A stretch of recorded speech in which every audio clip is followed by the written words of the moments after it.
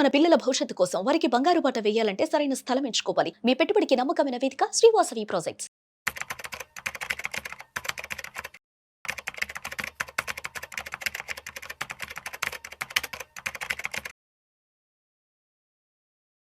Suman TV ప్రేక్షకులు నమస్కారం.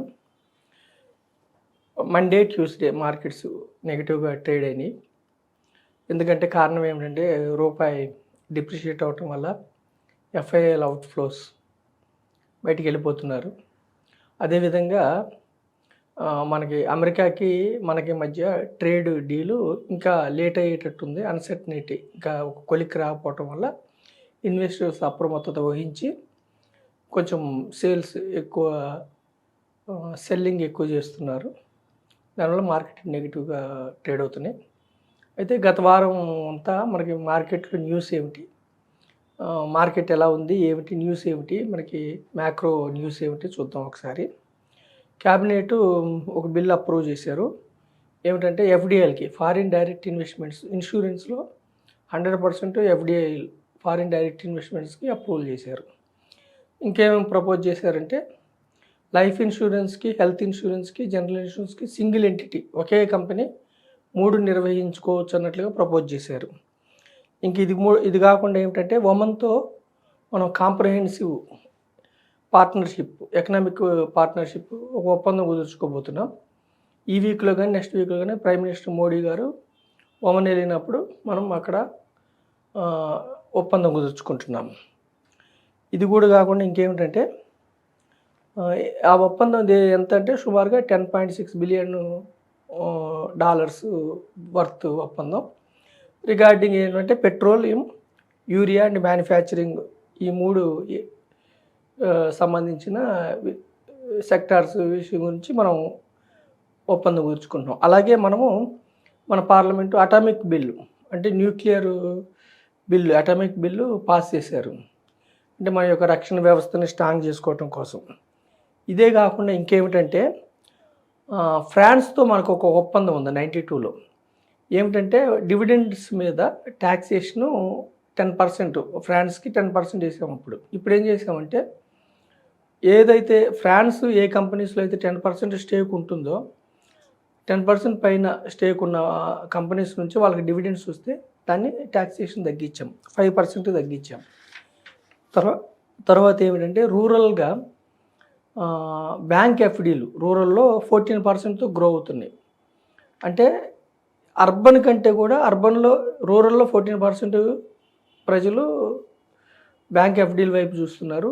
అర్బన్లో మాత్రం 10%. అంటే అర్బన్లో కొంచెం అవేర్నెస్ రావడం వల్ల ఇన్వెస్ట్మెంట్ మలుతున్నారు. రూరల్లో మాత్రం బ్యాంక్ ఎఫ్డీస్ పెడుతున్నారు.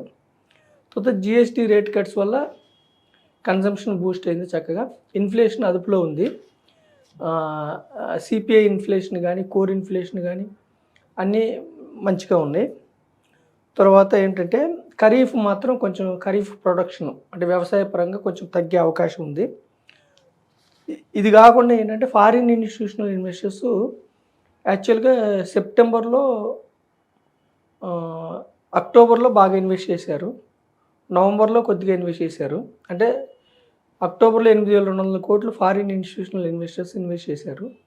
నవంబర్లో మాత్రం కొద్దిగానే 332 కోట్లే ఇన్వెస్ట్ చేశారు. డిసెంబర్లో మాత్రం బాగా సెల్ చేస్తున్నారు ఫారిన్ ఇన్స్టిట్యూషనల్ ఇన్వెస్టర్స్.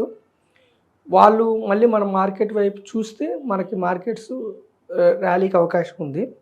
ఇంకా మనం న్యూస్ చూస్తే సౌత్ అమెరికా మన మీద టారిఫ్లు విధించారు. సో మనం ఏం చేస్తున్నామంటే మెక్సికోతో ట్రేడ్ అగ్రిమెంట్ కుదుర్చుకోబోతున్నాం. మన ఎక్స్పోర్టర్స్కి మేలు చేయడం కోసం మెక్సికోతో ట్రేడ్ అగ్రిమెంట్ కుదుర్చుకోబోతున్నాం. ఇంకా మనకి శుభపరిణామం ఏమిటంటే అన్ఎంప్లాయ్మెంట్ డేటా 4.7%. ఇంతకుముందు అక్టోబర్లో 5.2% ఉంటే 4.7%. అంటే ఎంప్లాయ్మెంట్ పెరిగింది, అన్ఎంప్లాయ్మెంట్ తగ్గింది. ఇది మంచి ఊతమిచ్చే మన ఎకానమీకి కానీ మన మార్కెట్స్కి కానీ ఊతమిచ్చే అంశం. తర్వాత పీయూష్ గోయల్ గారు ఏం చెప్పారంటే డేటా సెంటర్స్ పెట్టడానికి కోసం మన ప్రపంచవ్యాప్తంగా డేటా సెంటర్స్ స్థాపించడం కోసం మన దేశం మిక్కిలి అనువైన ప్రదేశం. సో మన దగ్గర దానికి కావాల్సిన 500 గిగావాట్స్ పవర్, అంటే 500 గిగావాట్స్ పవర్ అంటే హ్యూజ్ అమౌంట్ ఆఫ్ పవర్. మన దగ్గర ఎనఫ్ పవర్ ఉంది. సో డేటా సెంటర్స్ స్థాపించడం కోసం మన దేశం మిక్కిలి అనువైన దేశం.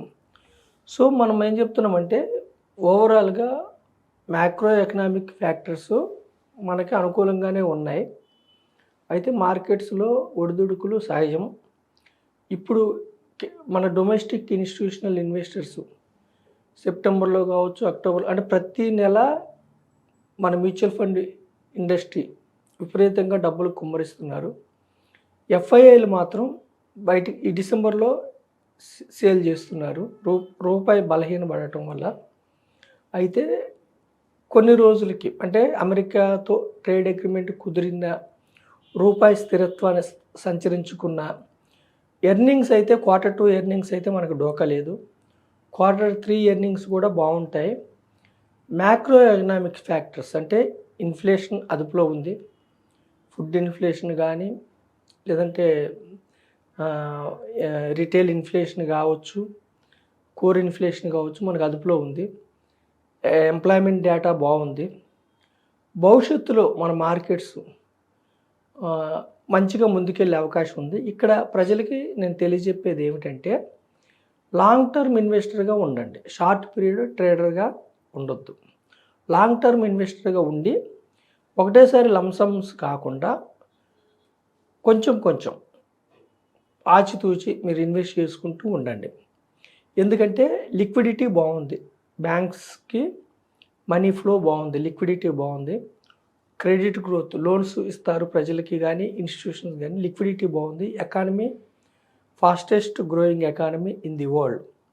మన నిర్మలా సీతారామన్ గారు కూడా నేను అన్నారు, హయ్యెస్ట్ గ్రోత్తో మన ఎకానమీ ముందుకెళ్తుంది. అన్ని రేటింగ్ సంస్థలు మన ఎకానమీకి పాజిటివ్గా ఇస్తున్నాయి. కాబట్టి మన ట్రేడ్ అగ్రిమెంట్స్ కూడా అన్నీ కుదుర్చుకుంటున్నారు. అమెరికన్ ట్రేడ్ అగ్రిమెంట్ ఒక్కటి మాత్రం కుదిరితే మాత్రం మన దేశానికి మార్కెట్స్ స్థిరంగా ఉంటాయి. అయితే మార్కెట్స్ ఎప్పుడు కూడా ఏ ట్రేడ్ అగ్రిమెంట్ కుదిరినా కానీ ఒకరోజు పెరగటం ఒకరోజు తగ్గటం వాలటిలిటీ ఉంటుంది. సో ప్రజలు ఏం చేయాలంటే సిస్టమేటిక్ వేలో ఇన్వెస్ట్ చేసుకోండి. పెన్నీ స్టాక్స్ జోలికి వెళ్ళకండి, లిక్విడిటీ ఉండదు పెద్ద స్టాక్స్. తర్వాత అదేవిధంగా ఇండైరెక్ట్ వేలో ఇన్వెస్ట్ చేసుకుంటే mutual funds, diversified mutual funds, index funds, ఈటీఎఫ్లు ఇట్లాంటివి మీకు మేలు. డైవర్సిఫైడ్ మేలు. చిన్న స్టాక్స్ ట్రేడింగు, ఇంట్రాడే, లివరేజ్ తీసుకొని చేయటం ఇట్లాంటివి అవాయిడ్ చేసి నష్టపోవడం తగ్గించుకొని లాంగ్ రన్లో మీరు డీసెంట్ ఇన్వెస్టర్గా ఉండి చక్కగా డబ్బులు సంపాదించుకోమని నేను సుమన్ టీవీ ద్వారా తెలియజెప్తున్నాను. Thank you.